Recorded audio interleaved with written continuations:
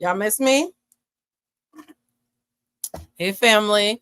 I did not know I was going live until 20 minutes ago, and I made the announcement 10 minutes ago, so we're all finding out together. So I'm excited. I'm smiling so hard. I probably look exhausted. I've been working all morning in the candle shop, and guess what, guys? This is my first time doing a live from inside my apothecary. I know. So I was making a batch of protection candles. And for those who have started getting their candles, the protection candles are like a really deep, bloody red, and they're exhausting to make. So whenever I make protection candles, it's like I feel like I want to take a nap afterwards. So I've been exhausted all day working on these protection candles. And I saw some kind of notification pop up on my phone because I'm rarely on my phone when I'm in here. And the notification said something like, oh God, we've only gotten one live from Blue this week. We miss her. I think it might have been Florence or one of you. It just popped up. Mind you, I normally don't see my notifications. It just happened to pop up as I was looking at my phone. And I was like, I miss going live. And I was like, I keep on having to choose between going live and the candle shop. And then the voice said, bitch, what if you do a live inside the candle shop? Empress is saying the lighting looks good in there. This is natural light. I have no lighting. The light... This is my favorite place on earth right now. Every time Bridget or my sister comes to work in the candle shop, I have to yank them out of here. The energy in here is delicious. This might be, yeah, I was supposed to move at the end of the year. If I stay in this house longer than I planned, it's because I don't want to give up the candle shop. God, it feels so good in here. Anyways, you see me smiling. I'm in a good mood. Somebody said, Bishop said, you got all your candles. Oh, I love that. And your book. For those who didn't know, we're doing a book club. Kennedy Ryan. Can't get, what is I always forget the name of it because all her books are names of stories. Is it Can't Get Enough? I think it's Can't Get Enough. Kennedy Ryan. Let me make sure. By the way, guys, it's so funny. Yeah, this can't get enough. I'm really good with details and faces. I'm horrible with names of things. I think it's an occupational hazard from working in the media for so long and having to write so many headlines. I used to have to write like 4 to 5 headlines a day, which comes up to 20 headlines a week. And so working in the news has made me really bad at titles. It's the weirdest thing. Anyway, somebody said, hey, Blue, I just want to say I received my candles. Oh, I'm so happy. And your free gift. Shout out to those of you who got free gifts. If you didn't get a free gift, what did I tell y'all? It's done randomly. The free gifts are done randomly. And Florence, oh, speaking of free gifts, Florence, we just sent out your free road opener candle to thank you for being a moderator like an hour and a half ago. So you're going to get it soon. Tomorrow, Monday, Tuesday, you're going to get it soon. Somebody said, can we get a glimpse of the skincare routine? Fatigue and matcha. I'm just playing. All right, guys. So much to cover. I'm in such a good mood. You guys, being in here feels like Prozac. I don't think you guys understand how much quiet joy I've been steeped in. Everybody and their mother is texting me like, bitch, I haven't heard from you in weeks. Where have you been? In my little candle shop, drinking matchas, making magic. I know, this is so quaint. I feel like one of those characters from those cozy murder mysteries, minus the murder. Let's skip that part. I used to love Murder, She Wrote, but I didn't want that part of her life. All right, focus, Blue. I'm so happy. It's actually hard for me to focus. And also, it's 4:53 right now in LA. And because the sun is going to be going down in like the next 2 hours, we're in this really sexy, dusky time. Oh, I love it in here. I think I'm going to start doing my tarot reading. I should do my, okay, if I do my tarot readings in the candle shop, though, if I start doing my candle readings in this magical ass candle shop, the tip price might have to go up because the way that I do my readings in here, by the way, if you do one-on-one readings with me, I like to do my one-on-one readings in the candle shop because my spirit guides talk to me louder in here. So what if I start doing my Tarot Tuesdays out here? And I'm saying out here because my candle shop is partially outside. That's why the sun is blasting on me, because there's only 3 walls and the 4th wall is just Mother Nature. So which means once it gets dark, the bugs are going to notice that I'm the only source of light. And I don't like getting bit by stuff. I do have incense burning to scare. Oh shit, the incense ran out. Let me spray some off Skintastic. Hold on. Oh shit. Okay, you guys, hold on.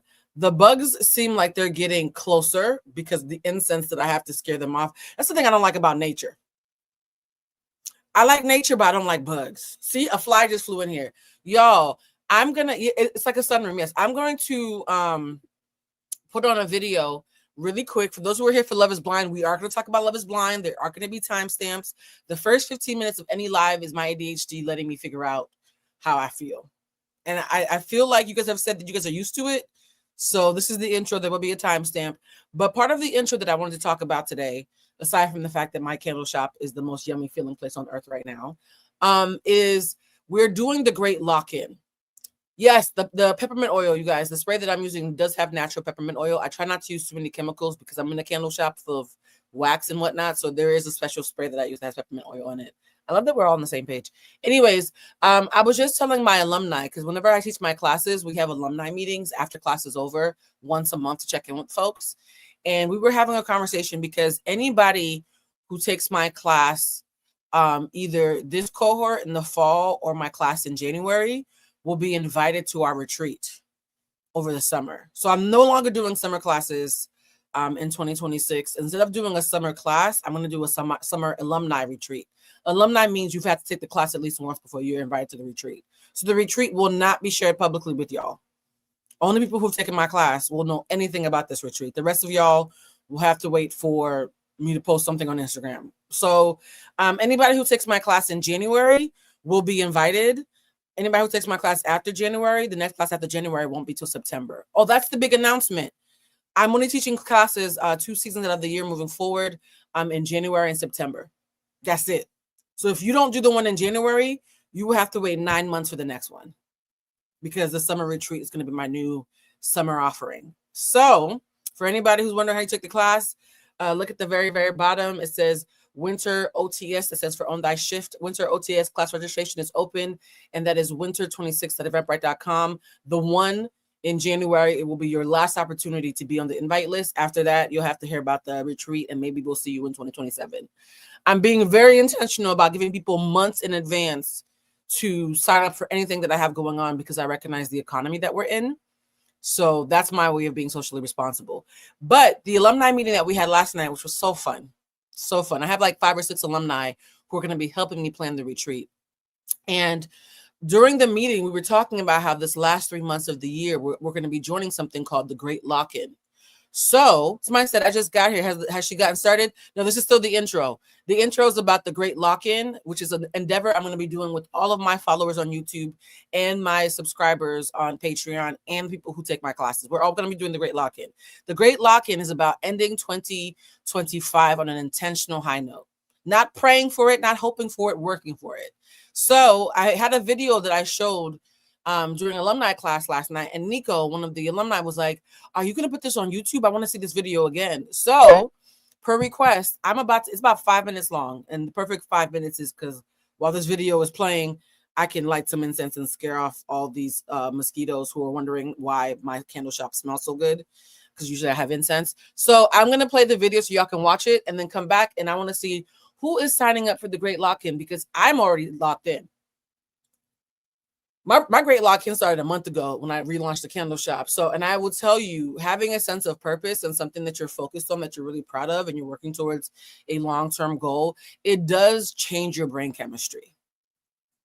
The definition of success is when you do the thing you say you're going to do. In my opinion, that's also the definition of confidence. I feel like the more I make goals and plans and know how to be flexible and pivot and actually get across the finish line, the better I feel about myself, in a way that money and romance and other people's approval actually can't make you feel, right? So let's watch this quick video. Somebody said, oh my God, my first live as a subscriber. Oh, welcome, love. I love that. All right. So this video is all about the Great Lock-In, and I might have a sneak peek of something else when I come back. All right, let's watch this video real quick. I peeped the massive response that the Great Lock-In has gotten. For those of y'all who don't know what the Great Lock-In is, I don't know who started it. I don't know. It wasn't me. Somebody on TikTok was like, man, till you know, the end of December, January 1st, if you just lock in, you can just focus on 1 or 2 or 3, like a few things that you can lock in and really get done before January 1st. And I really like that concept, right? Because for a lot of people, it is time. It's time to lose that weight. It's time to save up that money. It's time to get that job. It's time to start that business. It's time to lock in with your already existing business. It's time to make that leap, right? And people just need a reason just to kickstart it. And this is the perfect challenge. So what I want to do is set my goals out and in the open. All right, girly, here is your sign, because we are not going to have a repeat of last year of not hitting any of our goals and waiting till January 1st to get motivation. Look, it is not a coincidence that this video showed up on your For You page. It is officially the beginning of October, which means it is time for us to lock the F in. Classes in session, so pull up your notes app, a pen, a piece of paper, and let's get to it. So we're going to call these next few months the Great Lock-In, and I broke our goals up into 5 sections. First is physical. So for example, daily movement, going to the gym 5 times a week, meal prepping, getting 8 hours of sleep a night. Mental, so this could be journaling, reading your Bible, no screen time an hour before bed and an hour after you wake up. Career and money, growing a strong community on social media, no random spending, tracking all your expenses. Relationships, so checking in with family and friends weekly, plan quality time and set healthy boundaries. And self-growth, so no negative self-talk, picking up new skills or hobbies, and challenging yourself more with solo traveling. By the way, I'm Lena, your go-to girl to teach you how to stop wasting your life and actually start living it. So if you're not already following your girl, what are you doing? Go follow your girl right now. You and I are going to take advantage of the last few months of 2025 to really lock in on our healthy habits, our focus, our goals. And I just think, like, how dope would it be if we're both locked in, and then after these next few months to witness each other grow. So because one thing I don't like is being broken. I don't like the people around me to be broke. If you agree, these are 5 things we're implementing for the last 4 months of 2025. Go ahead and block all your friends. We've been outside enough. Summertime is over. 1 shot, 2 shot, 3 shot, 4. Next thing you know, your bank account's overflowing. There's food in the fridge. We don't need Uber Eats. The delivery fee, the maintenance fee, the hidden charges, the amount of food they charge you for that you receive versus grocery shopping, we don't need it. We have clothes in the closet. You don't need a new top. You don't need new pants for that event. I'm pretty sure those clothes haven't seen the light of day in a while. Give them some air. If the trip is not work-related, making you money, or paid for, you don't need to go. Cuffing season does not apply to you if you're not trying to drop coin on dates. Unless the date is paying. You ain't hear that from me. And one bonus step, it's a 20-minute walk. It's not that bad. You don't need the Uber, and I'm probably sure you may need to get... I know whoever started the Great Lock-In is either very spiritual or extremely intuitive, because they did exactly what they were supposed to do in year 9. And if you are joining the Great Lock-In, you as well are very intuitive, or you're spiritual yourself, because that is exactly what you are meant to be doing in the 9-year cycle. For those who don't know what she means by the 9-year cycle, let me explain that part. So in numerology, every year has a number, right? In a 9-year cycle. So if you want to know what year you're in as a collective, 2025 is the year 9, because 2 plus 0 plus 2 plus 5 equals 9. A year 9 is a year where it feels like a lot of things are ending, a lot of chapters are closing. So collectively, we are in a year 9. If you want to know your individual year, you take every number of your birth date, and that becomes your life path number. So let's say your birthday is April 2nd, 1990. Then you would take 04 for April, 02 for second, and 1990 for 1990. Add those numbers up until they get to a single digit number, or an 11 or a 22 or a 33, because 11, 22, and 33 are considered angel numbers. So if you get an 11 or a 22, you can keep it. But if you get, like for me, my life path number was a 10. It's a 9-year cycle. So 10 is 1 plus 0, which is 1. My life path number is 1. What does a life path number 1 mean, guys? A life path number 1 is somebody who finds themselves constantly in a role of leadership, even if they don't want it. That's pretty much I do not want to be a leader. I don't want to lead shit. My Gemini rising wants to just go do hood rat shit with my friends. But I keep finding myself building things, despite the fact that I don't want to build nothing. And I have finally realized through numerology, because I was born in life path number 1, I was going to be able to be Bob the Builder whether I wanted to or not, child. Funny thing is, your birthday for this year is what number you're on personally in the cycle. So my life path number is a 1. But guess what? 2025 is also a 1, because my birthday is April 24th. So 4 plus 2 plus 4 is 10. And then the year is 9. So 10 plus 9 is 19. 9 plus 1 is 10. This is a year number 1 for me again. So I'm a life path 1 in a year 1, which is why starting off so much shit this year makes sense, and me ending, because last year was a year 9 for me, me ending so many friendships last year also made sense. So last year I cut off mad fucking people who I realized were not meant for me because I was in a personal year 9. The world was in a year 8. I was in a personal year 9. For some reason, I'm always 1 year ahead of the world. That tracks, actually. That fucking tracks. So yeah, the world is going through an ending while I'm going through a personal beginning. That's the beauty of knowing about numerology, because sometimes if you subscribe, you don't have to subscribe. Although you should subscribe to my page if you watch this video. Please subscribe to my page. I keep forgetting to do the little spiel. What's the spiel that everybody be doing that I be forgetting? Please like and subscribe so other people can find out how amazing we are here. Me and my incense, my candle shop, selling my witchy candles. And for those of you who are asking, how do you buy the candles? Do you not see the very bright pink ticker at the bottom? I made it bright pink. I made it bright pink. It used to be black. I thought maybe the color was too muted for y'all. So it's bright pink, guys. Any question you're going to ask me, the answer is probably in the bright pink thing scrolling at the bottom. Yes, Miss Never Wrong just early. Oh, that does make sense. Yeah, so I'm a year 1 in a personal year 1 while the world is ending a bunch of shit in the year 9. So that's why people wanting to lock in so much makes so much sense, because when there's this mass shift about to happen next year, of course, we all want to make sure that we get a head start. So if you're not familiar with numerology, there is a 9-year cycle. And in year 9, that is the year of closure. So you're breaking every single bad pattern, leaving that job, leaving that relationship, leaving that bad mindset. And they're going to pop up more so you can actually work on it. Also, humanitarianism. Do you feel like more inclined to talk about more global issues than normal? Absolutely. I mean, of course, what's happening in the world today. But do you feel more empowered to talk about these global issues? Have you been posting about it more in general? That is what you're meant to be doing. It is a year 9. If you are spiritual, did you notice a lot of spiritual growth this year? That is what you're meant to be doing. That is a year 9. And the funny thing is, the lockdown actually caused the spiritual awakening because it was the dark night of the soul that forced everyone to go in. So it literally set this entire thing up. That's why so many people are coming out. We are talking about Love is Blind. We always do an intro first before we get to the main topic. Welcome to the show. We're starting Love is Blind in about 3 or 4 minutes. So if you can wait 3 or 4 minutes, we'd love to have you. If not, that's fine as well. Spiritual this year, or just coming up with different abilities because they're doing what they're meant to be doing. So this great locket embodies everything you are meant to do in year 9. Break that generational curse. This is the year for it because you're going into year 1, which is the year of creation. You do not want to take those things over. So this is your last chance to start fresh in year 1. Year 1 is where everything is planted. All the roots are set in. This is a year where you clean up the soil. You cut all of the leaves that are dead. You're getting rid of the things that you do not want to take with you. So if you naturally started doing this, you are in alignment.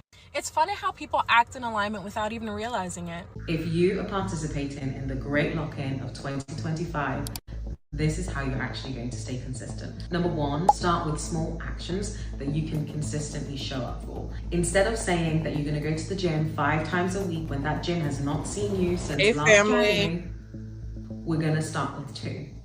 Did you hear that, guys? I wanted to play that last part before we get back to what we're talking about. For these goals for the Great Lock-In, do not want to go from working out 0 days to working out twice a day for 5 days a week.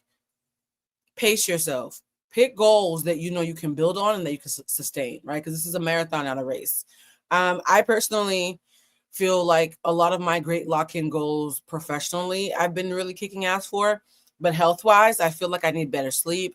I need to go back to working out outside of being on my feet in the candle shop. Financially, I think I've been really, really responsible, because when you're running a business, you have to be responsible. I have to pay people who work for me. I have to pay shipping and all this other stuff. So financially and professionally, I've been incredibly disciplined. But I think physically, I need to be more disciplined with my health. So I think this next phase of the Great Lock-In for me, since I started last month, is going to be physical fitness. Now, the last thing that I want to talk about before we get to Love is Blind, this is the very last thing, I promise. I made a 30-second intro for the tarot class that's going to be starting for the members only in on November 1st. And I want to see if I have the clearance. Oh, I can't play it on here. Never mind. It says copyright. So because of copyright, I can't play. I was going to show you guys the intro. So never mind. I can't show the intro. If you want to see the intro that I made for our tarot class, you just have to take the tarot class. The subscribe button is in the description. Now let's talk about Love is Blind. The timestamp, anybody who's good at timestamps, I think it's been 20 minutes. Perfect timing. I have a confession to make. I could not get past like episode 8 of Love is Blind, and I'm not sure I'm going to be able to watch the last 2 or 3 episodes. If I do, I'll work really hard this weekend. But in the first 8 episodes, I can tell you guys, they might have lost me. Yeah. They might have lost me. Hold on, let me make sure. Oh, the sun is about to set. Make sure I turn on a little lamp. All right. I'm pointing the lamp at me so that when the sun sets, you can still see me. Although I feel like the natural light is actually better. Anyways, guys, Love is Blind this season, I think it's irresponsible. And we need to talk about how it's gone from us knowing that the producers are evil. We always say, oh, the producers are evil, the producers are evil. This year, it actually feels mean-spirited. And for those of you who are asking me, how many episodes have there been since I've only watched the first 8? How many am I missing? Like 2 more? I think they usually do 10 episodes from what I remember. I stopped at 8. Now, what made me want to go live today spontaneously, aside from the fact that I missed you guys, was the fact that if you didn't know, AD has done an interview with KB. AD is the young lady who was in Love is Blind a couple years ago, who was dating that man, Clay, who we all believe is colorist and thought that she had a nice body but didn't find her attractive. And she did end up getting getting engaged to Ali because she's having his baby. So me and Jesse have already done a very long and extensive live on AD. AD's friends hit me up and people, yeah. That live that we did about AD, my DMs were blown up. People from the Love is Blind world who had thoughts and opinions. And let's just say everybody from the Love is Blind world who watched me and Jesse do that interview, when they hit me up, said they agreed with what we said. I'm just going to say. So when we talked about Love is Blind / Perfect Match and the whole AD Ali thing, I was like, okay, maybe I need to be kinder to AD, because even though I think she's a walking red flag, and I do believe she has a lot of heavy-handed pick-me tendencies, my friend Ashley, who actually I'm going to probably see this weekend, my friend Ashley had her on the Mama's Den podcast, and they said that they had a great time with AD, and they hadn't seen Perfect Match yet. And also there was some stuff that they couldn't talk to AD about per her management's rules. And Ashley was like, but AD was lovely. So when I saw AD doing an interview with KB, that's not hard at all. KB from this season of Love is Blind. I was like, 2 Black women on this reality show. They probably can have a really great girl chat. Let me put my hesitations about AD aside and watch the interview. I'm happy I watched the interview.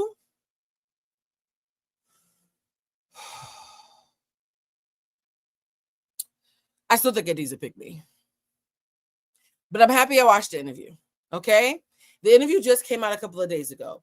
Now, let's talk about this interview because a bitch took notes. I was in the candle shop pouring protection candles, listening to this interview, saying, God, please protect me from whatever the fuck these two have gone to.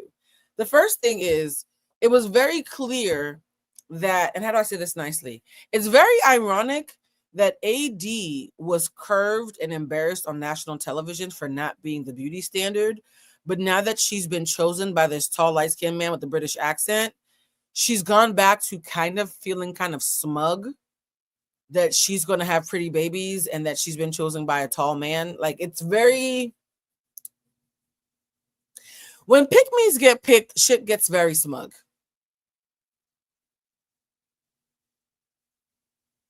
I'll just say that. When pick-me's actually get picked, shit gets very smug.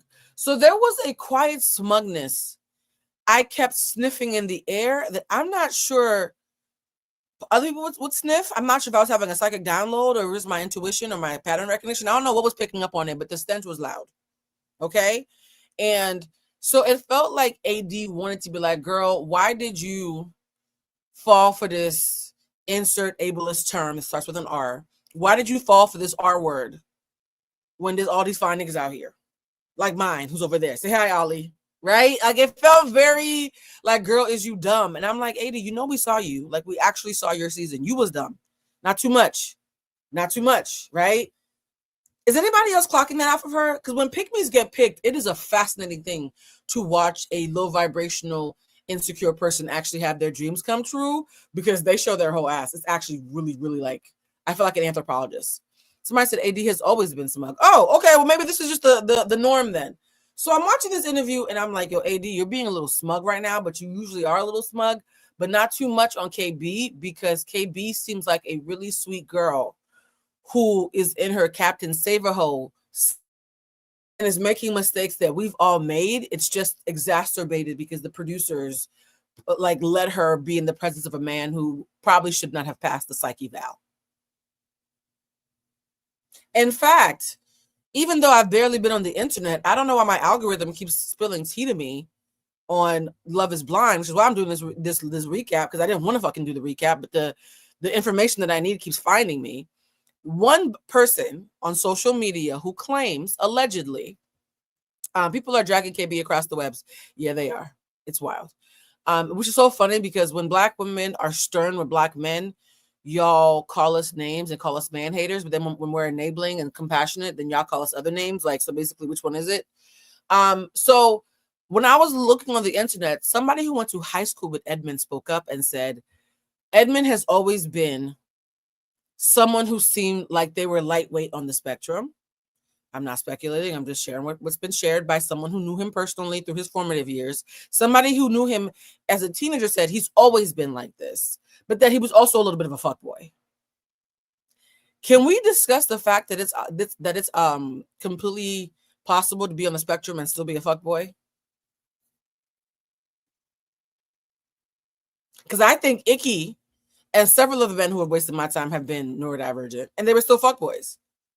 Y'all keep saying that Edmund is autistic or speculating that Edmund is autistic as if that means he can't also just be a fuck nigga. Sorry.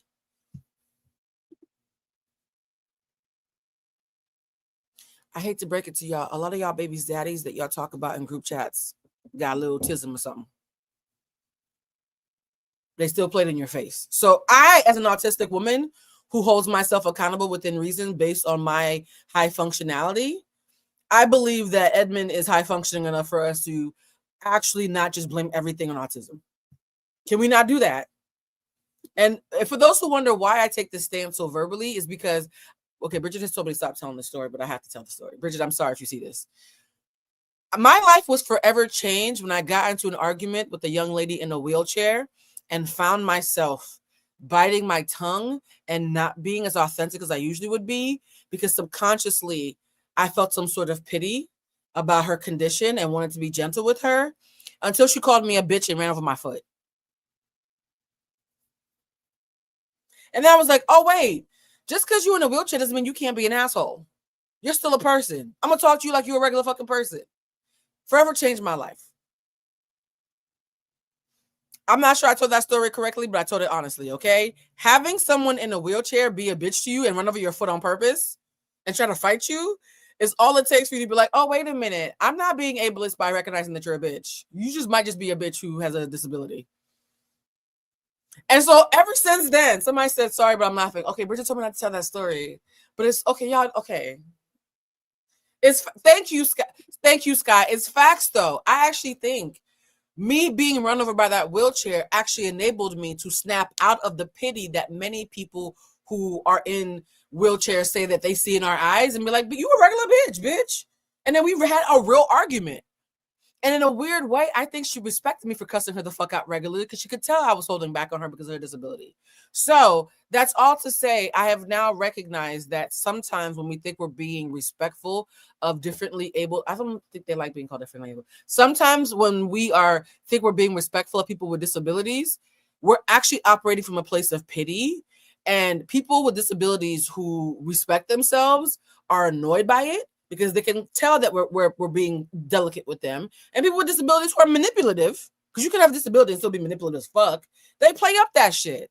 So part of me being less ableist and continuing to be emotionally intelligent is I always think about the girl who ran off my foot with her wheelchair whenever I find myself about to let someone who I believe might be neurodivergent or disabled not be held accountable within reason just because of whatever pity or awkwardness I feel about their disability. Did I clean that up?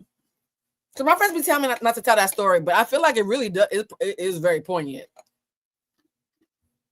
Somebody said, off topic, I received my candle. Yes. Oh my God. By the way, guys, please use the hashtag Bluecentric shop whenever you get one of the candles.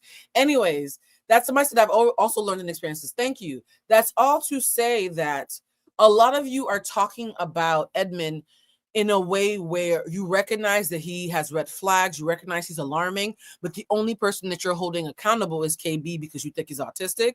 But he's high functioning, guys. If he is autistic, if he is on some sort of spectrum, if he is neurodivergent, he's autistic and still also manipulative. And I think we're doing a disservice to KB and any woman who is dealing with somebody who's neurodivergent but still a fucking social menace to always act like it's their responsibility to be the grown-up. The way we always find ways to coddle men is not great. Speaking of which, so the young lady who I had to block from this page, who might have still found the page another way because y'all be having burner accounts, because she wrote a really long, disrespectful message in my last live on Monday or Tuesday about how she thought I was caping for Mark Lamont Hill and Joe Budden and that she didn't realize that I was a pick-me or some bullshit. Did you watch the video? Because I went back and watched the video and thought I was like, damn, was I too rude? Where was the pick-me? I think what's going to happen is a lot of people, particularly women who hate men or have a lot of trauma around men that are unresolved, are going to find it hard to believe that I can hold men accountable without unnecessarily robbing them of their dignity. I was not being a pick-me for Joe Budden or Mark Lamont Hill. In fact, I was speaking to them very bluntly. Some of y'all are weird.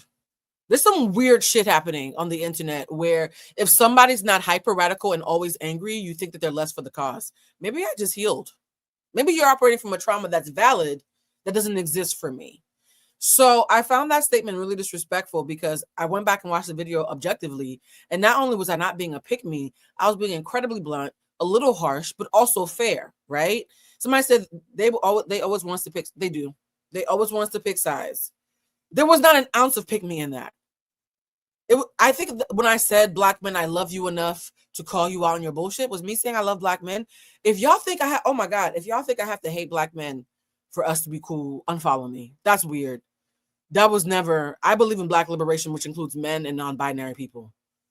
Yeah, I'm not a man hater. I don't hate men. I hate misogyny and patriarchy.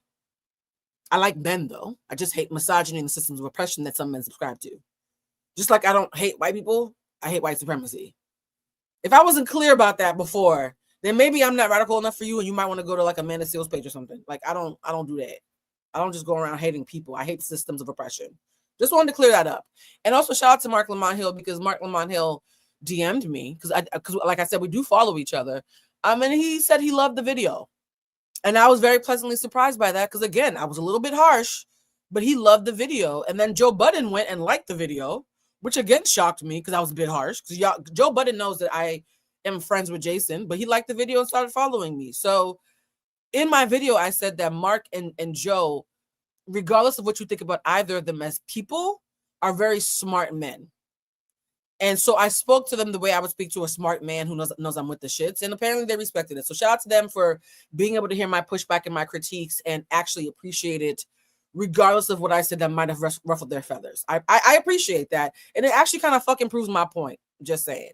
Anyways, speaking of men behaving badly, Edmund.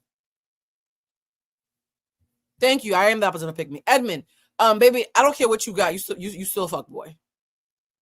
You're still hella manipulative. You still need to go talk to the lady and maybe get diagnosed. And you're so funny.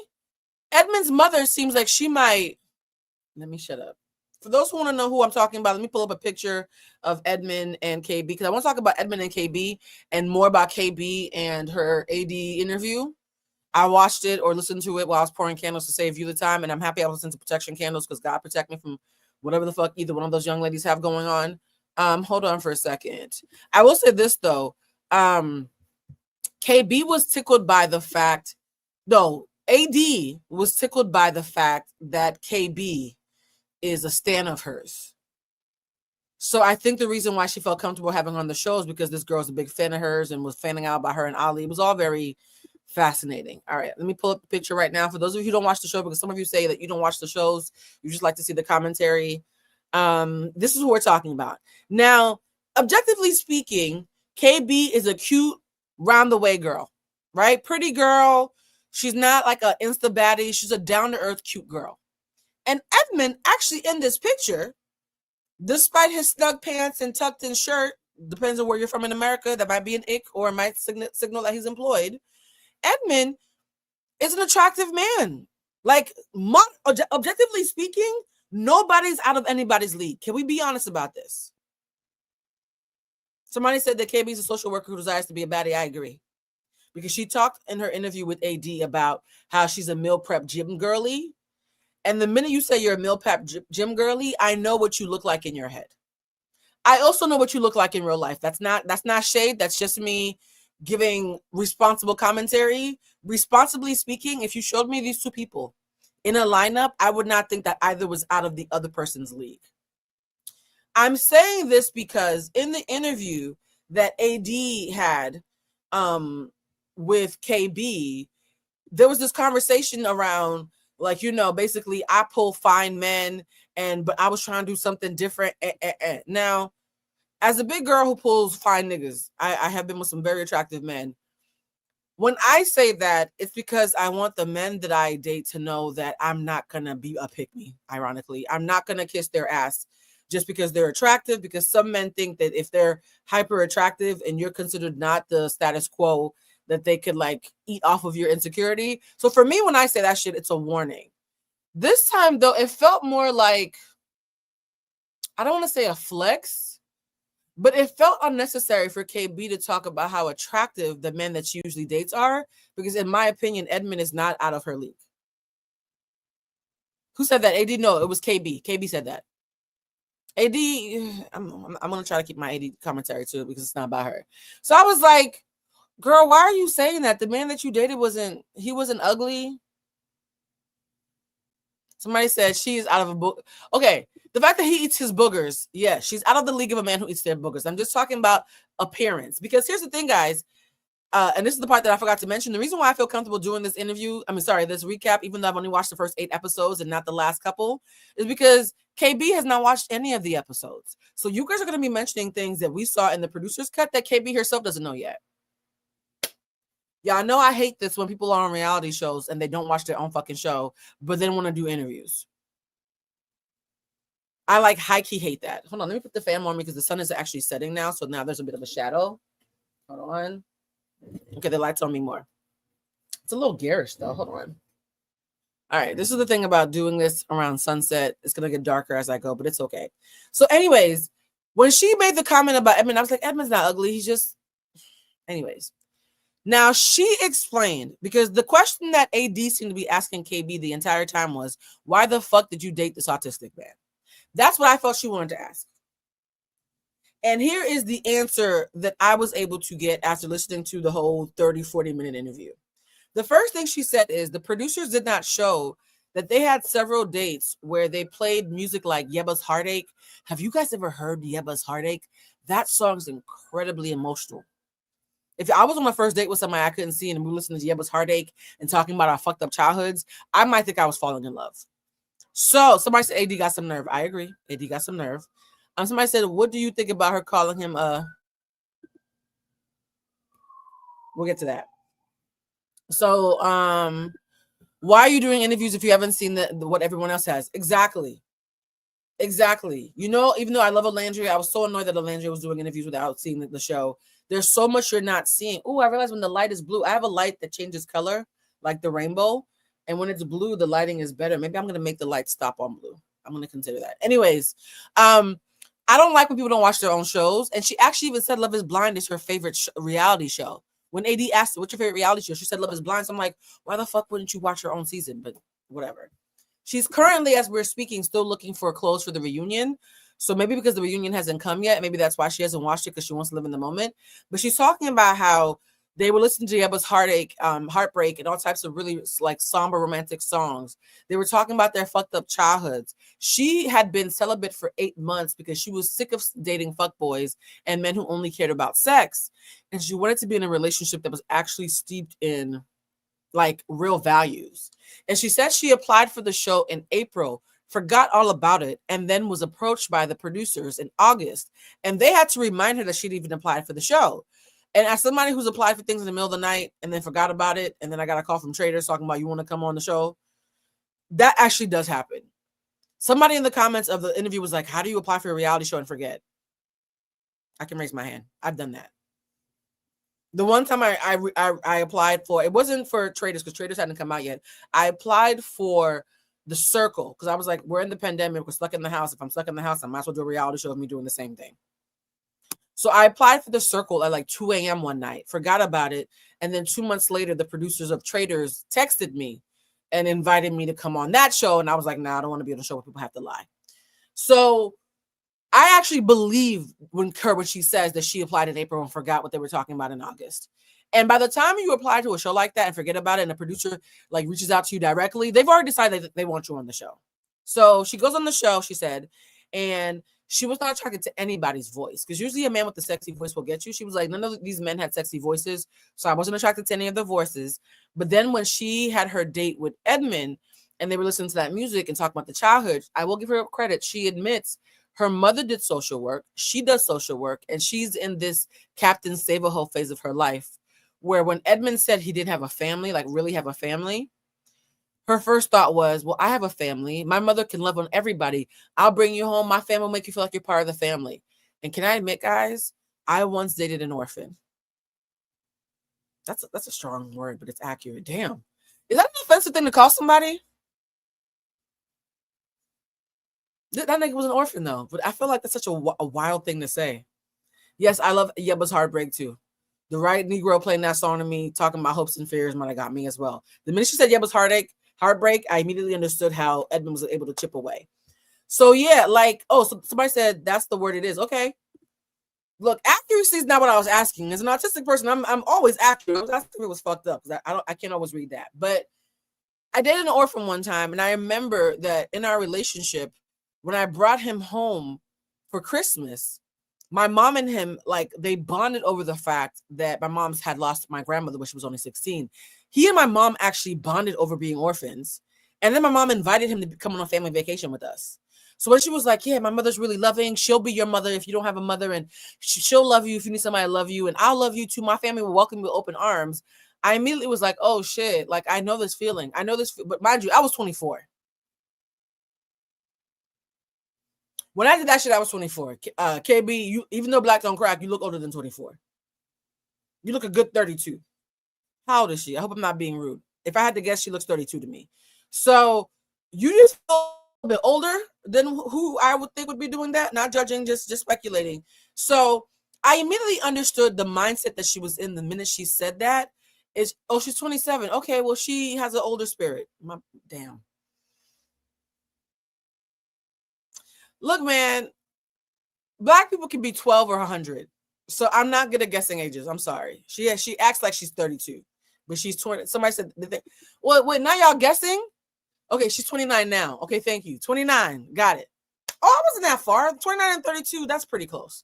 So I'm looking at her like, oh, you at damn near 30 are going through your Captain Save-A-Ho phase that I went through at 24. I got you. Because now in her mind, this poor man, he's so full of potential. What am I going to do to help him? Can we all be honest? Raise your hand if you have ever fallen for somebody because of their potential and that you were convinced that you could help mend their broken wing. Right? Raise your hand if you've been caught. Well, the fact that I'm next to a strobe light, the colors keep changing. Raise your hand if you've been caught in that conundrum. And mind you, she's behind a wall, so she can't see all of his tics and him tongue kissing and making love to the floor. For those who have not watched the season, yes, there's an episode where this young man is so horny, he starts making out with the floor.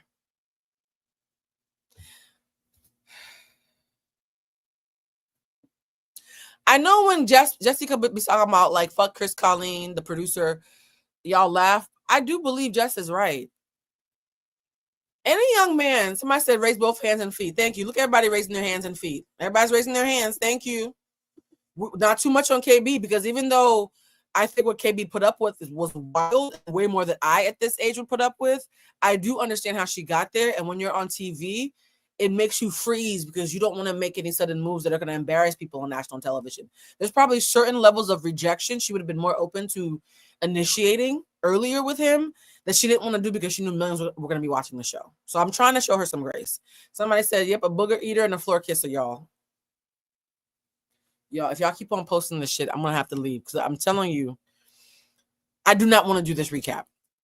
This season gave me the ick in a way that I am not enjoying this, okay? I am disgusted.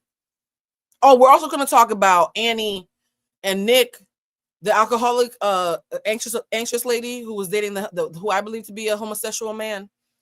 We're going to get to that in a second too, but I don't want to spend too much time on that one because that one makes me sad. So she says, okay, so I felt like I could save him. Nobody's voice sounded good to me, so voice wasn't going to be the thing. And we bonded over the fact that, you know, I was a social worker and he used to have a social worker. Then she says they started to bond over prayer. She says she's really adventurous and she likes a man who, if she wants to do 2-a-day workouts, because she kept on trying to position herself as like an insta baddie workout girly. I'm gonna move on. So she was like, I want a man that if I want to do a 2-a-day workout with, he'll do a 2-day workout with me. Or if I want him to pray every day, he'll pray with me. So when I said, can we take turns praying at the end of every session, they would take turns praying. So imagine this, right? They're bonding over prayer, heartache, childhood trauma, and their shared desire to build a beautiful future for themselves and with each other. Suddenly, as she's talking, I'm starting to understand how the social worker in her tripped her up. I think at one point, AD asked KB, do you think your job was part of why you thought you could heal him and why you gave him so many chances? And I do think KB was honest and she said, yeah. She's like, I do think the fact that I am a social worker is probably why I made concessions that I probably normally shouldn't have or wouldn't have. Somebody said she wanted to be his personal social worker. You know what's so funny about this statement? She wanted to be his personal social worker and therapist. After Icky, every man that I've dated since, because I've dated like four guys since that, one girl. I'm not gonna talk about that. But I dated a lot after my situation last summer. That wasn't a dating situation. It was more of a bullshit situation. But after him, I realized I don't want to be anybody else's coach. The next man that I'm serious with, I will totally offer him to take my class because my class is a group setting. But I don't ever want to feel like my man's personal counselor. I already learned in my early 30s, I did not want to be a man's mother. So I refused to mother a man, have been refusing to mother men for quite a while. I now at my big age am realizing the new thing is now that emotional intelligence and therapy has become trendy, I don't want to be nobody's therapist if I'm dating you. I get paid $275 an hour to coach people. I'm going to send you an invoice if you play too much with me. That's going to be my new thing. Do I need to send you an invoice? Do you want to be a client? I don't date clients though. Somebody said, I'm not your nurse or your purse. Thank you. I love that. Thank you. Another one, right? So it felt like they were both kind of being love bombing. Speaking of love bombing, this is where shit gets interesting because she was spilling tea, okay?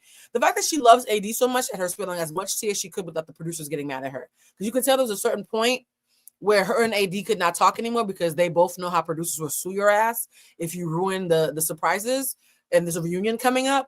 So they could only talk so much. And AD said, I'm going to book you the minute we're done taping this for a part 2 so we can talk about the rest. So there will be a part 2. And if there is a part 2, I'll recap that as well. So as they're talking, she says, yo, everybody and their mother used to talk shit about how Edmund was a loser and nobody wanted to be with him. Now, at this point, I stopped pouring candles. I said, excuse me? I did the Ike Turner turn. Like, excuse me? So wait a minute. You didn't clock that he was off and that he was tongue kissing floors and eating boogers.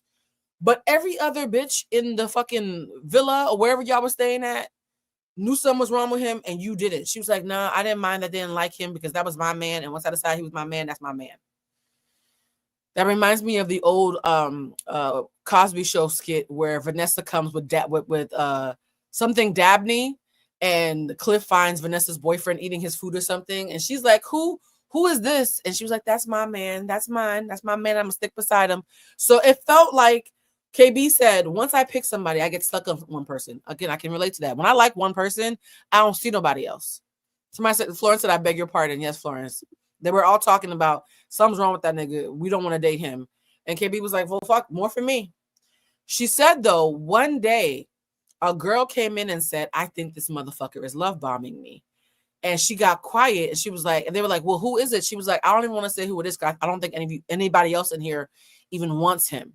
They were like, well, girl, if nobody wants him, who's love bombing you? And she said, Edmund. So apparently, y'all, Edmund's fuckboy tendencies were louder than the producers would let us see in the edit. They cut out the parts, at least I don't remember seeing the parts, where he was love bombing a whole other girl. Can y'all tell me if I just missed that? Blue, she's a Virgo. Oh. Well, shit, we could have skipped this whole live if I knew she was a Virgo. This is all very, very unevolved Virgo coded. Oh. Oh, her being a Virgo, this totally makes sense. Okay, so I didn't miss it. It didn't happen. Okay. So she said, this girl came in and said, that nigga that none of y'all want, I gave him a chance because he told me I was his first pick from day one. And KB said her blood ran cold because she was like, wait, he told me the same thing. That same thing that we saw Nick doing between Kate and Annie, apparently Edmund did the same fucking thing, y'all. For those who watch the show, there's a man that we all think is a closeted homosexual. I'm trying to use proper terminology so I don't say anything problematic. We all think that he's in the closet. The closet is made of cellophane. It's see-through. His own mama think he gay. We're going to get to that in a second.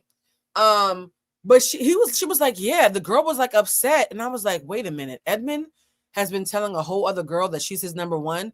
After, mind you, Edmund at this time had asked KB to be his girlfriend. I didn't see that part either. When I tell you KB was just up there spilling tea, she might get in trouble for that interview because she was spilling a lot of tea. So, and shout out to AD for me getting all the people to watch her interview.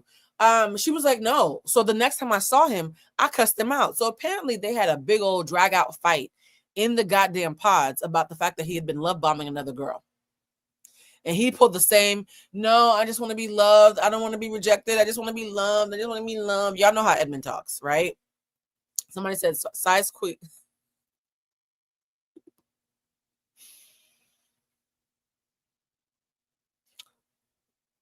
Nick is so closeted gay, it feels like a hate crime just talking about him. Can I be honest? I feel uncomfortable even talking about Nick. He's so gay, it feels like a hate crime even talking about him.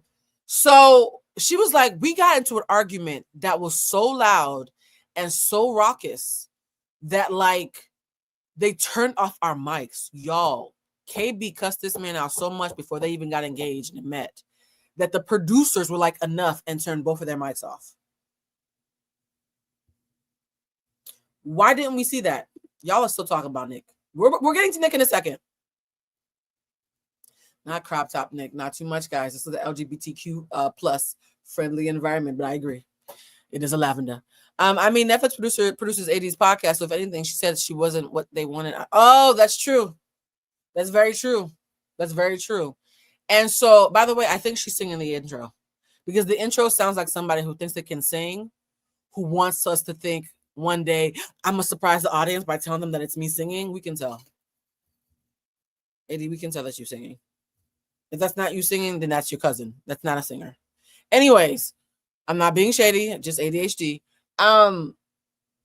Listening to her KB talk, she sounds less stupid when you hear her tell her side of the story. I do think that the producers, based on what I'm hearing for KB, played up how clueless she was that something was wrong in the state of Denmark with Edmund. Because apparently she's telling us, no, they all said something was wrong with him and made fun of him. And I was like, well, more for me. So she knew something was wrong with him, but she was determined. Now, this is the part that gets interesting.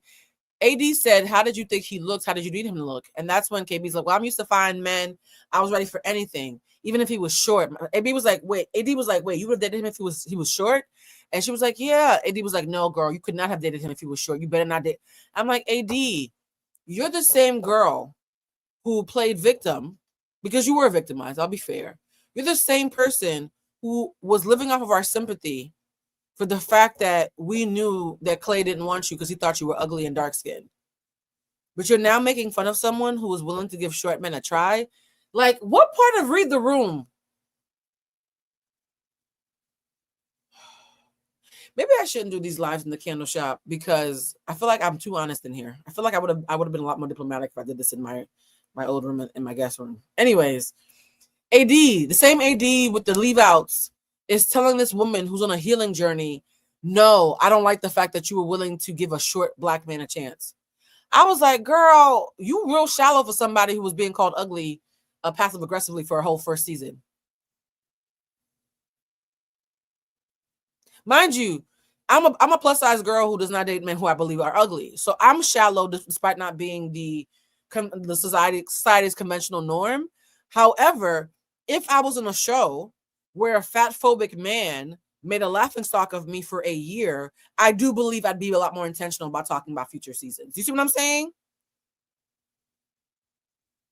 And some people say that Ollie looks like Craig David's leftovers. Just because he's tall and light-skinned doesn't mean we all think he's fine, AD. Okay, this is turning into a read. Pull it back, Blue. Sorry, guys. I had too much. Was there caffeine in this matcha?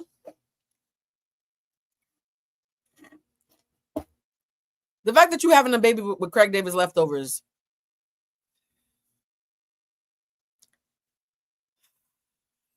Ember said that man is a butterface. And Clay thought AD was a butterface. Right? Two butterfaces having a baby being smug is weird to me. I don't think that's going to age well. You better hope the baby looks like somebody's grandparents. Yo, I'm sorry. It's just, you know what it is? Someone who's holding on with a white knuckle grip to have society's approval does not get to. Let me stop. I'm choosing violence. I can feel it, so I'm gonna stop. I think the fact that I'm in the candle shop is because the whole point of this candle shop is to me tap into my juju and my authenticity. It's actually harder for me to filter. Yes, guys, I do filter. People are like, oh my God, Blue, you have no filter. Yes, I do. If I had no filter, I'd have no friends. I do have a filter. It's just a lot thinner when I'm in here. Somebody said, Blue, please. What did I do? What did I do? There's a meme that always says, what did I do? What did I do, y'all? Yes, apparently there's caffeine in matcha because I'm lit right now and I'm in my candle shop. So I'm going to apologize in advance for anybody I speak the truth about. So AD is doing the whole, oh my God, I'm getting pregnant. And then AD then shares a tidbit that she plans to move to London by her and Ollie's fourth baby. She's still cooking the first one. So I think they might have a breeding kink. That she plans to, well, he is Jamaican. Never mind. Respectfully to the Jamaicans. Y'all know how that can be. So, the Craig David comment. Oh, no, Ollie, 100%. Like, when God made Craig David, the scrap pile is what they use for Ollie. I'm sorry. That's how I feel. And if that's problematic, then I accept that. I do believe that. Because Craig David is fine as fuck. Craig David is fine as fuck, okay? So anyways, so she's like, when me and Ollie moved to London with our fourth child, I would like to be on Real Housewives of London. So that's a little tea for y'all. AD wants to be on Real Housewives of London, y'all.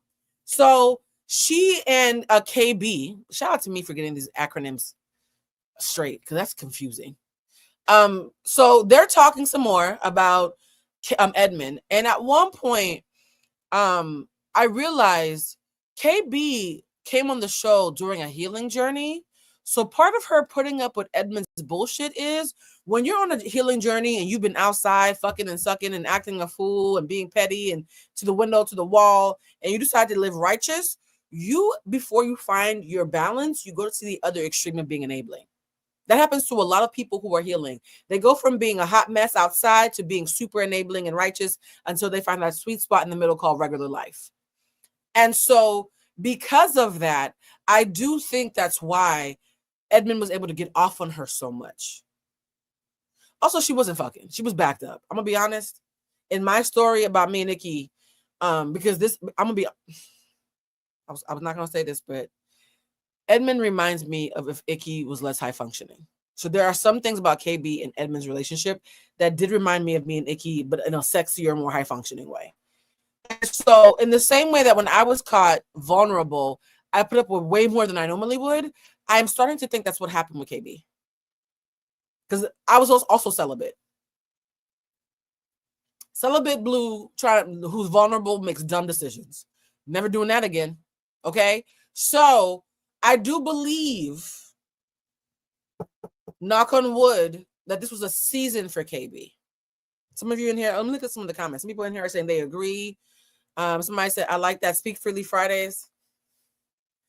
Are y'all trying to have me come in the candle shop on Fridays with this fucking rainbow strobe light at sunset talking shit? Y'all gonna get me in trouble. Y'all gonna get me in trouble. Miss Levi, please.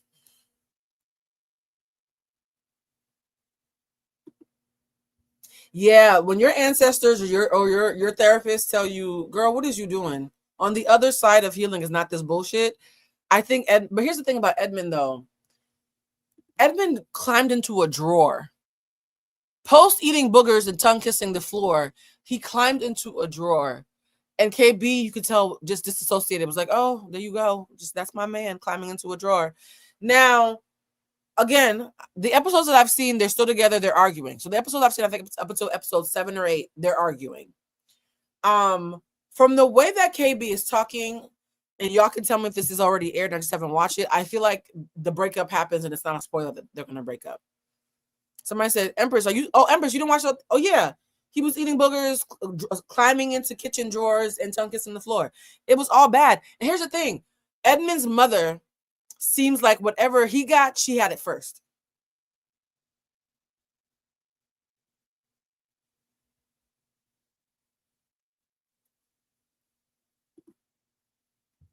In the same way, we were all pleasantly surprised by Clay's mom during AD season, because Clay's mom seemed like an amazing woman who just happened to spawn a fuckboy for a son. When I saw Edmund's mother, the apple not only did not fall from the tree, it's still on the leaf and it's not ripe yet. Edmund is his mama. And his mama, oh, I'm remiss to say this because I'm so protective of how Black women are spoken about publicly. And I feel like you guys know my heart enough for me to say it. His mama didn't look like she brushed her teeth or took a shower before she came on the show.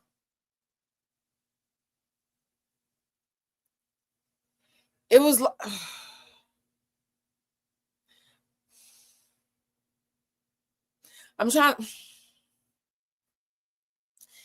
it just looked like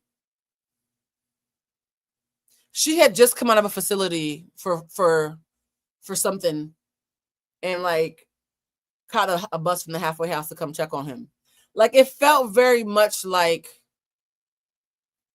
again, I'm choosing my words carefully while still trying to be honest, that she had very many dark nights of the soul, and that she had fought for her sobriety,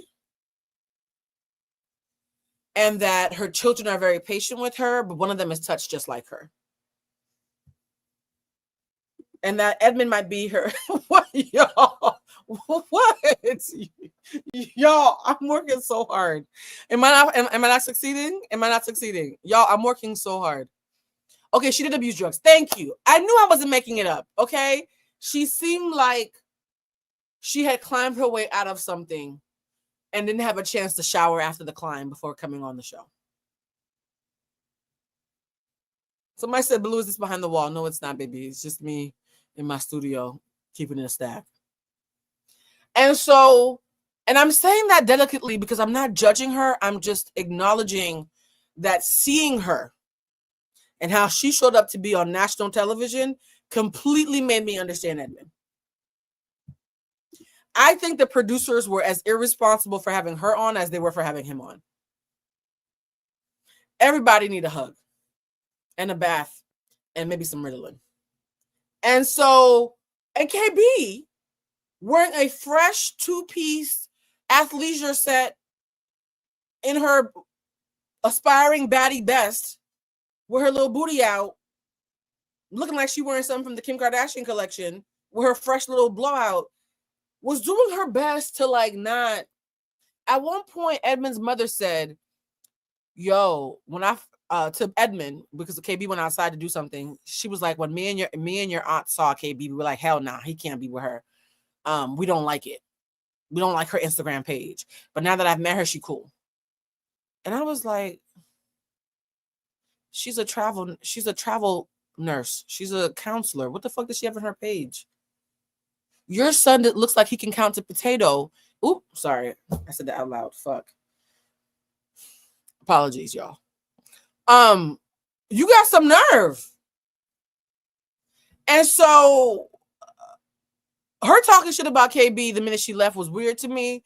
Then KB comes back in and she's like, hey, yo, my other sons, they're all married, and all of their wives, they snitch on me when we talking. I don't like it when my son's wives snitch on me.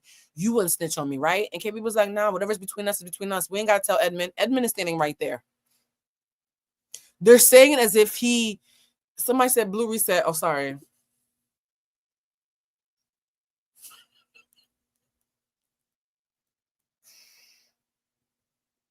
I'm sorry. Wait. I'm sorry. It's the caffeine and I'm sorry. Okay. No, I can apologize. Oh, somebody said they saw her IG. The IG was giving a bit much, not gonna lie. She looks okay, now I must find the IG. Okay, no. KB love no, now I must find it. KB love is blind Instagram. You ain't gotta tell me but once. I need to find it. Yeah, we about to do some investigative reporting right now. What you're not about to do is tell me that his mama was on to something. Somebody said her IG's okay, be nice. I've done enough for today. Be nice. Let's look at her IG. Hold on. Let me remove this and pull up a screen. Now I gotta see her IG.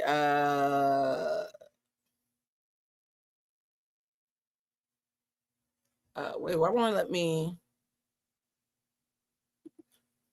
Oh, I'm already doing a screen. Okay, so let's look at this screen share. All right, let's share the screen. Let's look up KB's IG. What y'all not about to do is threaten me with a good fucking time. All right. So this is KB's IG. So far, it looks normal. Okay. This looks normal. I mean, look, baddie. What did I tell y'all? I know I want to be baddie when I see one because I know actual baddies and I know the girls who want to be like them. Okay. I mean, it just looks like, oh, wait a minute. I mean, oh, okay. Okay. Look, sex work is work. This is not giving counselor. I might say, okay, I'm not judging this. I am seeing it through the eyes of a mother. I'm not judging it. Are you being attacked by fish? Girl, what the fuck is it?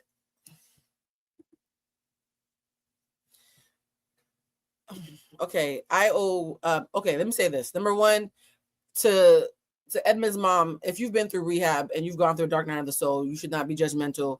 And I do owe you an apology because cheeks and elephant trunks is a lot for a mother to see. Oh, okay. This is not what I was expecting. Okay. No, it is giving. Oh, okay. Okay, no, I'm not judging. I'm just perceiving. Oh, okay. Oh, is that Trina? That was like Trina and Cash Doll's leftovers. What's up with everybody looking like derivatives? Okay, wow. I owe that lady an apology.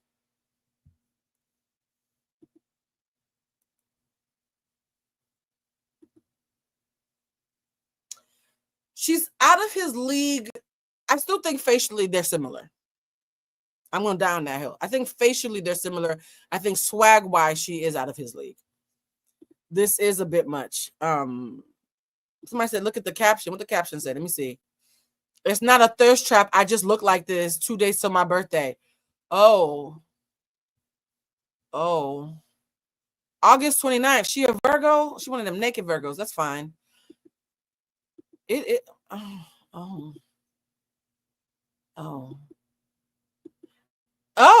that's areola. I think we've seen enough. Okay, you know what? I get it. I think I'm good. No, I'm woman enough to apologize to Edmund, I apologize to your mother. I can't talk shit without holding myself accountable. That's a lot for a mother to see. So, what? She's a naked Virgo. It happens. She does look like, no, she doesn't look like Portia. She looks like Pilar. She looks like Portia plus Dennis. Like her daddy's the hot dog king. Oh my God. That's who the fuck KB looks like. She looks like what Portia's daughter will look like in the future if she doesn't get any plastic surgery. She looks like Portia's original face plus Dennis. Wow. Look at us cracking the case. So anyways, his mama tells her, my daughter-in-laws be snitching on me. You're not going to snitch on me, are you? And she's like, nah, whatever happens between you and I is between you and I. While Edmund is sitting there watching his fiance tell his mother that they're going to keep secrets from him. I feel like that was the moment they were both admitting that they think he's a little special, because that felt disrespectful otherwise. Like, I think sometimes when people recognize someone as neurodivergent, but they don't have a diagnosis for it and they're in the hood, because now that I've seen this, I'm sure that KB and Edmund's mother both have street cred. They sometimes talk around special needs people, or who they perceive to be special needs people, as if they're not in the room, which is very rude. Somebody said it actually does. It actually does. I'm now wondering if the candle shop should be saved for members only lives. I do think I'm going to do my tarot class in here. That's going to be hot. Anyways, so they have this meeting, and then they go to a moment that we all know about, where Edmund and, oh, this is the tea that she shared. The infamous crying over pussy scene. For those who have not seen it, I do think, wait a minute, I think KB's beautiful too. I don't think KB's ugly. I don't think Portia's ugly. Yeah, I want you guys to understand that me saying that KB looks like Portia before plastic surgery plus Dennis, I never thought Portia was ugly. It's just that she reminds me of Portia's original face more than her current face. That's all. But like, yeah, before we get to the crying over puss episode that happened, I love that KB explained what happened before Edmund cried over pussy.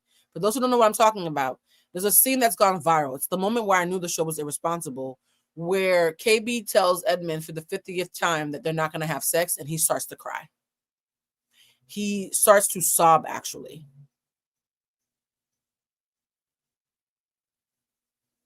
In fact, hold on. Somebody on Twitter did a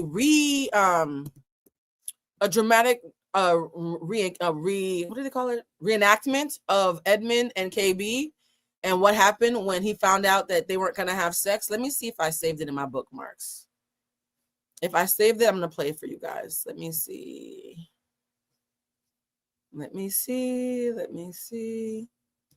Oh, I did save that Brian McKnight thing.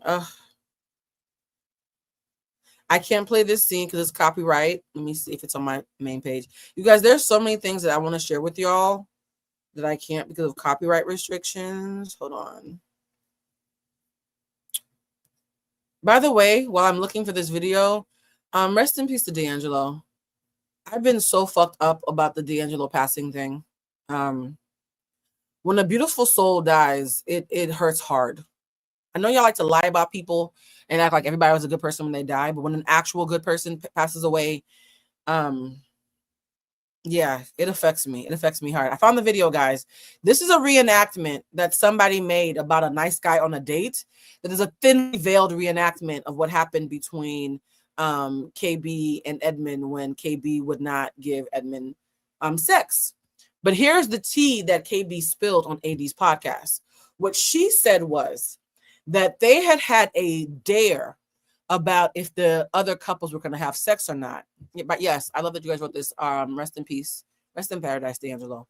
They had a bet where KB was like, even though I'm celibate, I'm on a celibate journey, I think the other girls are going to be really, really mindful not to have sex as well. And she said, Edmund was like, nah, I know my boys. They're all going to get laid. They're all going to get laid. So they had a playful bet that even though KB did not want to have sex, that KB believed the other girls were going to refrain from sex. And that Edmund was like, nah, I think my boys are going to get laid. She says the night of the infamous crying over puss incident that she was talking to him and said, looks like I lost the bet. Looks like you won, thinking that they're just having an ongoing joke. And he's like, what do you mean? She was like, yo, turns out all my girls smashed. Looks like you won. And she said that she thought he was going to laugh and be like, see, I told you so. I told you so. Instead, he started sobbing.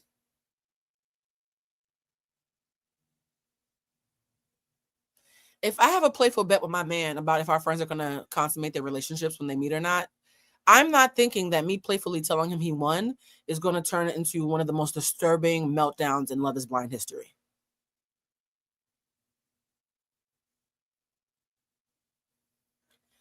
Let's put on, let me show the Twitter video that is supposed to be in reenactment, because I can't play the original because, again, copyright. But I'm going to play the reenactment. Hold on. Let me put this up on the screen. And I love all the rest in peace D'Angelos I'm seeing. All right, let's add this to the stage.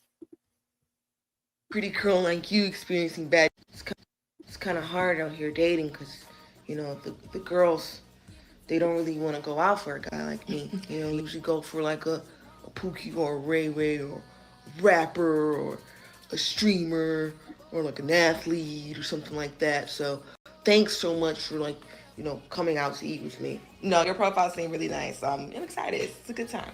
I held up your door and stuff and put up the chair. So just really nice guy, man. You know, how's dating been for you? You know, dating has been pretty hard. Like, people are crazy. So I just take it day by day. I don't even try to do anything crazy. Well, pretty girl like you experiencing bad dating experiences, there's no hope for me. Well, with your bad experiences, have you had like one night stands? Pause, guys. I want to answer this question. This comment real quick.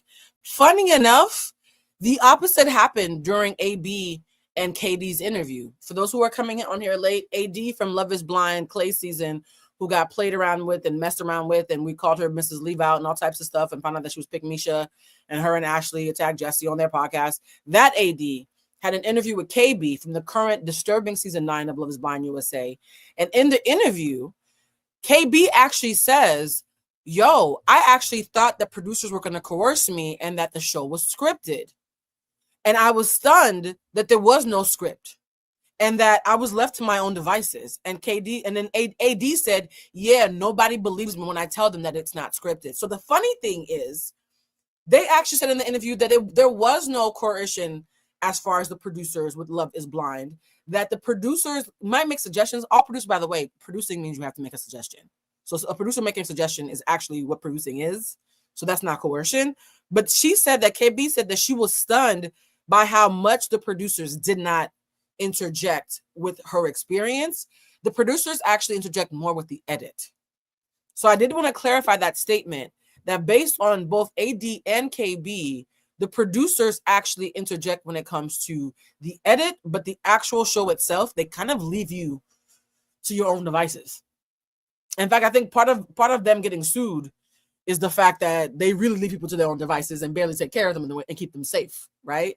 I think the producers of Love is Blind are a little bit too hands-off to the point of being negligent, which seems like a little bit different from Love is Blind. Love Island and those other shows where it feels like the producers are, they got people like Ace being in cahoots with them, and let me not even get into that. Anyways, let's get back to this clip. I just wanted to make sure that we talked about that small point. One night stands. I've had some weird questions, but I've had some, but I'm not doing that anymore. That's way behind me. That's crazy. Well, since you had one night stands with those guys who weren't very nice, can I have some coochie right now at the table? What? No. What? But you gave those other guys coochie? It's not fair though, because I'm nice though. I'm nice. And when I ask for coochie on the first date, you guys always say no, and I'm just too nice. This is exactly what happened in Love is Blind. Too nice. Why you can't give me no coochie? Please get up. This is exactly what happened. So I just need you guys to know that reenactment, even though it wasn't supposed to be about Love is Blind, it's exactly what happened, right? He literally said, wait a minute. I don't think it was the fact that all the girls had sex. I think he was annoyed when she confirmed, because to your point, somebody mentioned in the chat that the guys had already admitted that they had sex, right? And Edmund had already had a bit of a meltdown about that with the boys. I think finding out that the girls had been talking, so now everybody knew that he was the only man not getting laid. I think that was the first crack. I think the glacier crack, though, was when he said, have you ever had a one-night stand? And she was like, yeah. And he said, but if you can give them coochie and you don't even like them, I've been really nice. Why can't I get some coochie? Just like the clip. He literally said, if you can have a one-night stand with a man who's not nice to you, then I am basically owed some pussy. Y'all gonna keep acting like him being autistic means that that's still not a dangerous way to move?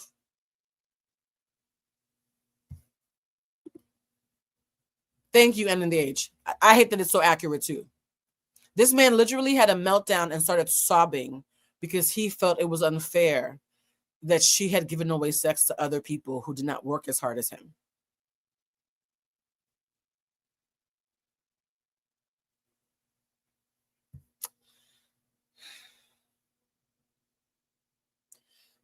The show is irresponsible. Let's pivot because I actually have to go to a party and I need to start getting ready soon. I cannot wait to watch these last few episodes now that I've unpacked it with y'all. I think part of the reason why I couldn't watch the episodes further was that I had my brain was swelling. So after watching the AD and KB interview, I looked over my notes that I had written when I thought I was going to do a Love is Blind recap earlier in the season about Annie and Nick. Nick, I believe, is a perfect example. Somebody said so funny enough, I think Nick is an incel too. Nick is a perfect example of an incel as well. I think Edmund might be a neurodivergent incel. I know for a fact that Nick is a closeted incel, which I'm not sure which is more dangerous. I just know this entire fucking season was irresponsible. And let's not even get started on the Asian people who did not want to date other Asians. For y'all who don't know, this is girl. What's her name? Is her name Annie too? Anna? There was a lot of Annies and Anna, so I got confused. There was this Asian girl. Let's look up her name. Let's look up what her name is because I want to make sure that I'm being as respectful as possible. And I'm gonna put Asian girl Love is Blind because this was like a talking point. And I want to make sure that I'm not being unintentionally dismissive by not finding out her proper name. Anna. Okay, so it's Annie and Anna. Annie is the one who's dating the gay guy, but Anna, I knew I wasn't crazy for being confused. Anna is the Asian girl who almost seemed to pride herself on only dating white men. If you want a visual of what she looks like, imagine an Asian Countess Vaughn. Am I the only person who thinks that Anna looks like if Countess Vaughn was Asian? You guys, I'm saying Anna. Yes, Anna looks like an Asian Countess Vaughn to me. And Patrick reminded me of one of my really, really close Korean friends growing up. So I immediately was excited because here's the thing. Love is Blind France, to me, was revolutionary because it was the first season where they had a lot of Asian people, and I thought that was so dope. I thought it was so dope how Love is Blind France had a lot of Asian people. So when Love is Blind America had an Asian couple confronting the fact that so many Asians in places like Colorado and Boston and Florida only date white people, I actually love that they actually unpacked the fact that they had both only dated white people, but were falling for each other. And so it made me so sad when Anna ghosted Patrick because he was Asian. I don't care how she tells the story. Don't correct me. I know her version. I think her version's a lie. She freaked out about the thought of having sex with an Asian man, even though she's an Asian woman.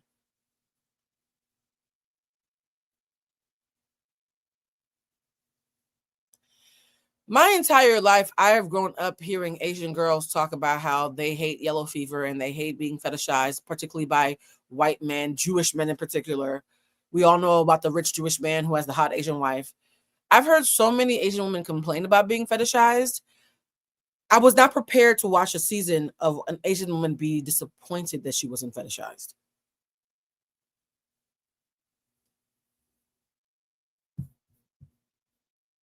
So y'all had neurodivergent fuckboys, closeted Christian gays, and anti-Asian Asians in this season of Love is Blind, USA. Y'all will never be in the allegations. This is why y'all getting sued. This season of Love is Blind shows why they're getting sued.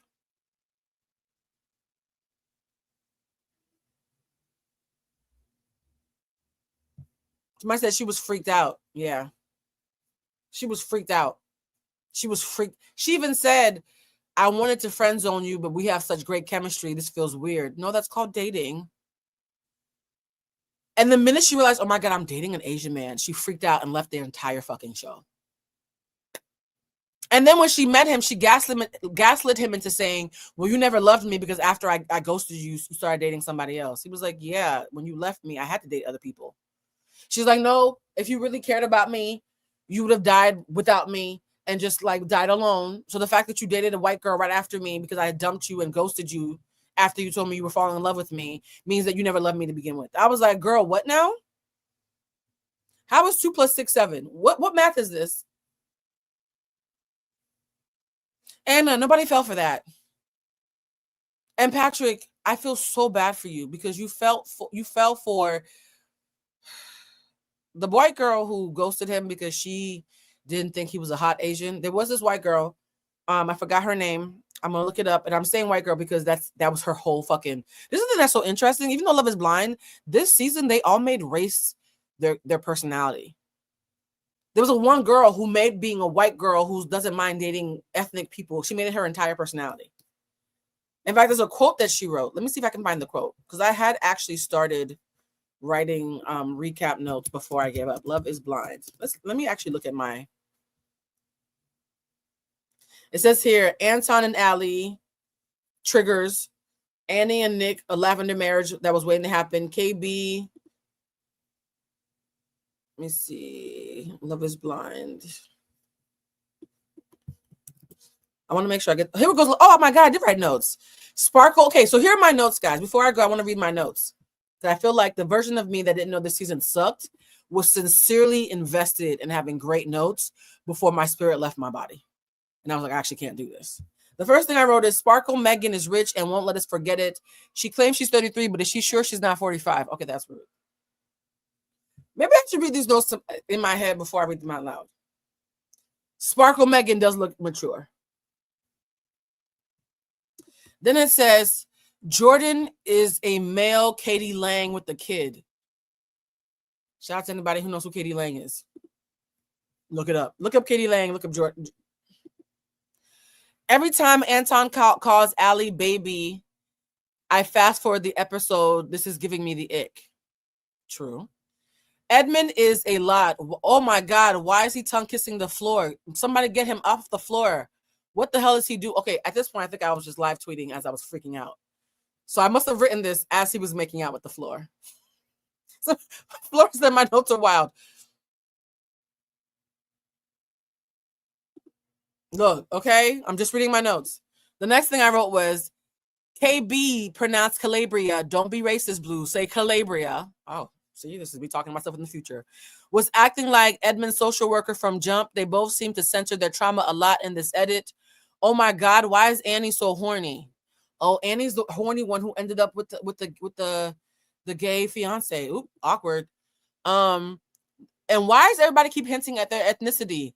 This feels out of control, even more out of control than usual. Apparently, love might be blind, but it's also still racist. Oh. All right. And this, the girl, Casey, this is what she said. The white girl who made being a white girl her entire identity. So apparently, Patrick was very insecure about being an Asian man because he's been dumped by hot white girls for being an Asian man because they perceive him to be less masculine and to have a small penis. I'm just sharing you his pain. And so he was like, yo, I have something to tell you. I'm Asian. Oh my God. He started crying. You would have thought he was giving her a cancer diagnosis. There was a girl on the show who's going blind who was less dramatic about talking about going blind than Patrick was revealing that he was Asian. I feel like going blind is harsher than being Asian, but what do I know? I'm just an ally. So when he confessed he was Asian, she said, oh, I mean, I'm going to tell you, I've only dated white men, but like, don't worry about it. And her speech was so, somebody said he could barely utter the words. You would have thought he was Anne Frank with a diary hiding from the Nazis. Like, it was actually obscene. If I was an Asian viewer, I would have been low-key offended by how Patrick used the word Asian like it was the N-word with the hard ER, right? So when he told Casey, oh my God, Casey, I'm Asian. Do you still love me? Like, it was so dramatic. Casey's response was, and I wrote this verbatim, I have never dated an Asian guy, but it doesn't change anything for me. Even though I grew up Mormon, and we're a white family, I feel like once you say you're Mormon, you don't have to say that second part. Even though I grew up Mormon and we're a white family, they're all really accepting. My older brother only dates Asian girls. That's not a fetish at all. My other brother's girlfriend is half black. And my other brother's girlfriend is from Mexico. So we just go off of people's hearts and our connections to them.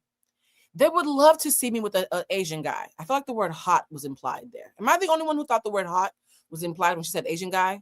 Because I feel like her brother dates hot Asian girls. I feel like her other brother is dating a hot half black biracial girl. And her third brother only likes hot Mexican girls. Like, I feel like the word hot is heavily implied. Speaking as someone who's watched a lot of documentaries about the Mormon religion and how superficial they can be because they can't drink caffeine. It's a lot going on. And she's very much an Instagram baddie. Casey actually is an Instagram baddie. And so she said, they would love to see me with an hot, in my opinion, Asian guy. They're sick of these fuckboy little white dudes. So she's thinking, I think in my mind, she's thinking she's dating one of those like hot Asians. Because the way Patrick was talking, he's like, I'm a good looking man. I'm a good person. I work in Colorado. I like lumber. I just happen to be Asian. Like he laid on what I thought was a hot Asian guy who is white on the inside kind of accent.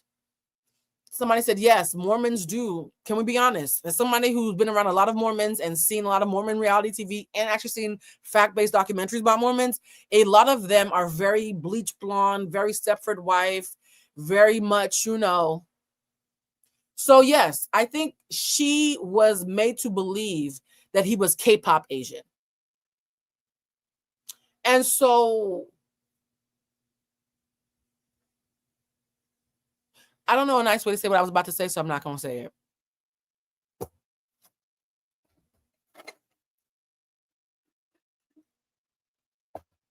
Patrick looks like a normal, attractive Asian man that you would find in Asia, not on a K-pop stage.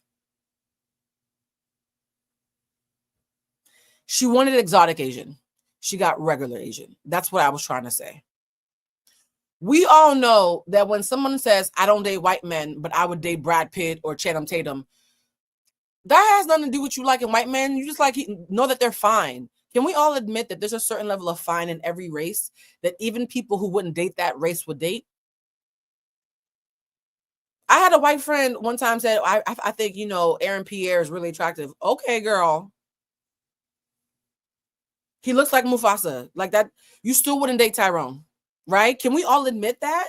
I think she wanted an exemplary Asian and got a regular Asian, and that's why she dumped his ass.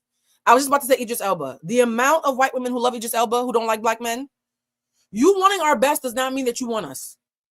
It just means you have eyes.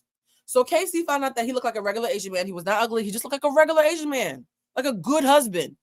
She dumps him, but tells him, I'm only dumping you because I'm nervous about being on the show. I still like you. That was a lie.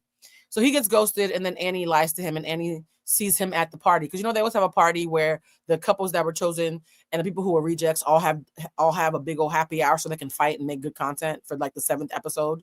So they do that whole thing. And in the midst of Annie gaslighting Patrick about the fact that she only didn't want him because he was Asian, right? She doesn't want anybody whose body parts look like hers. We see this thing play out with Nick and Annie. Now, I feel like I have to look up Nick and Annie because y'all need to see this. I feel like even in a still shot, Nick looks gay. And y'all gonna be like, Blue, it is so inappropriate. You're part of the LGBTQ. How could you say somebody looks gay? People be looking gay. In the words of Quinta, people be gay. And that's okay. I don't think gay is a slur. I think gay is just an identifier, right? So, yeah, I'm also in the candle shop, so I can only be but so politically correct. I'm going to show you, for those who haven't seen the show, I'm going to show you a picture of Nick, and you tell me if you disagree with me. If you agree with me, then Nick clearly... Come on, family.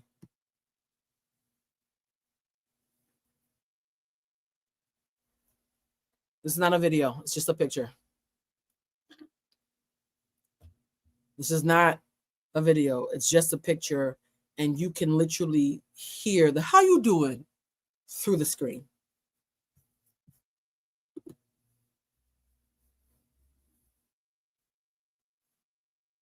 So on top of horny neurodivergent fuckboys who hump flooring and eat boogers, anti-Asian Asians who look like Countess Vaughn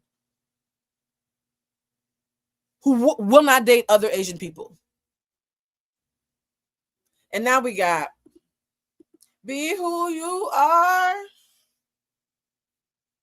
for your.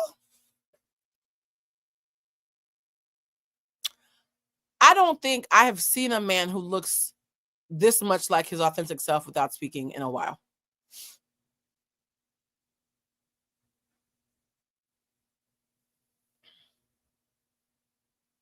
Yes, finish the song. For your pride. Child. Yes, you better hit the high note, Kadira. I don't really feel like we need to do too much on this. People be gay and people be anxiously attached. And she spent the entire season crying because this gay man was not obsessed with her because she's a woman biologically.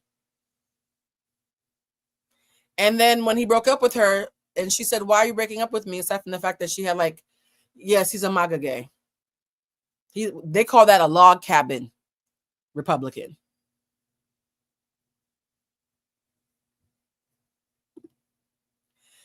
Y'all, I don't need to do a recap on Nick and Annie. I'm just going to leave this picture up and let y'all talk amongst yourselves. Y'all can hear everything I'm about to say through the screen.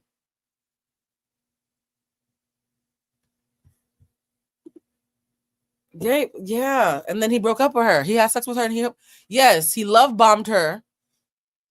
Made sure that she devoted her life to Christ the way he devoted his life to Christ and sacrificed his own desires for Christ.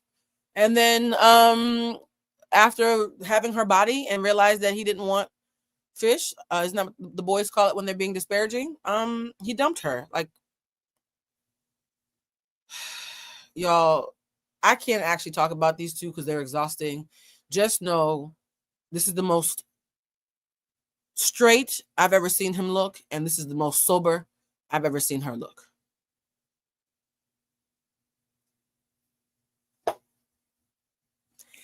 And yeah, y'all, I think I'm gonna wrap this up here. I missed y'all. The sun is actually setting now. It's dark. You can tell. You see how it was bright when I started and now the sun is setting?